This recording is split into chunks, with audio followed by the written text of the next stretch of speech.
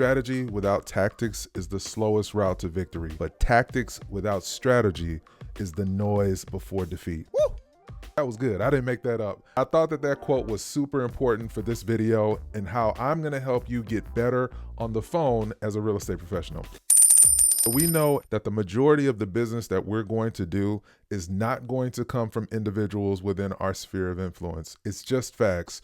Your uncle, your cousin, your great-grandma, more than likely not going to buy homes with the frequency you need to build a sustainable business. You got to get comfortable on the phones, having conversations with complete strangers. I totally get it. It's hard to make cold calls. The world we live in is a text messaging world. Most folks nowadays have no earthly idea how to sustain a conversation on the phone. When you call individuals, it's very important to have tactics and strategy, because ultimately it's a numbers game, and the more conversations you have will ultimately lead to more meetings that you're going to have, which will lead to more showings and more listings, which will eventually lead to more closings. Me getting on the phone on a regular basis has become a big part of my business, and something that I think will help you if you're nervous on the phone is to take yourself out of the equation. When you call that prospect, they have no earthly idea who you are, what your insecurities are, and how bad you think you sound on the phone. They just want to know why you're calling and what it is that you can do for them.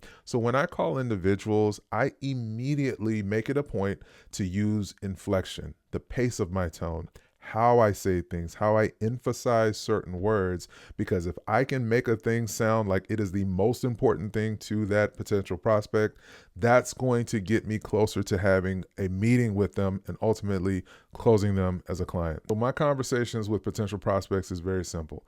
I call and I say, hey, Mr. and Mrs. Client, this is Marvin, your neighborhood realtor, and I hope you're doing well today. I don't lead with the traditional "How are you today?" because they've heard every single stranger that does not know them ask that question, and immediately it puts their guards up to say, this is a stranger and how quickly can I get off the phone?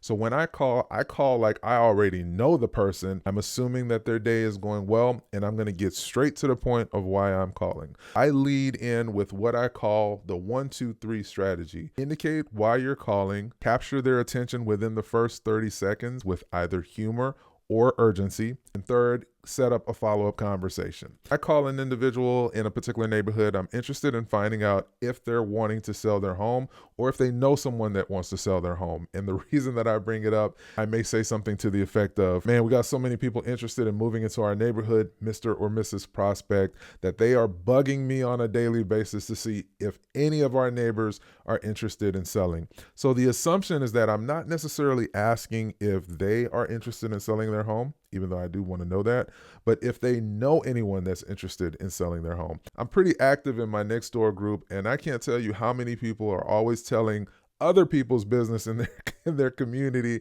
and what's going on. So any insight that I can learn from that potential prospect will lead me to my next conversation with another prospect in that area. If they tell me, oh, my neighbor across the street is in the middle of a divorce, I'm going to pull up their property on Google Maps, and I'm going to have the 3D scanner point to which house exactly. And I may say something like, oh, you mean the house on 123 Banana Street with the red brick? And they'll say, yeah. How else would I know that that house has red brick in front of it if I wasn't in some way connected to that community? So immediately I start building rapport with that individual, and I talk with the heart of a friend. I'm not necessarily trying to close them right then and there.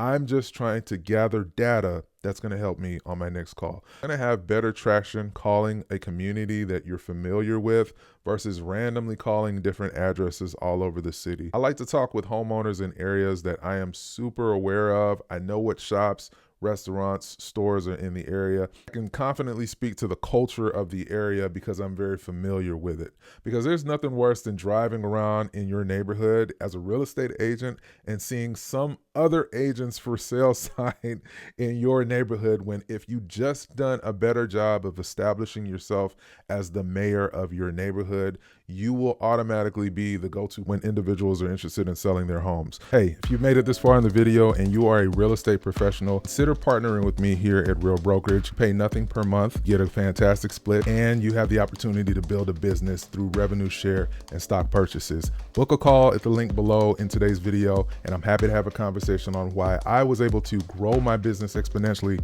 by moving my practice to Real Brokerage.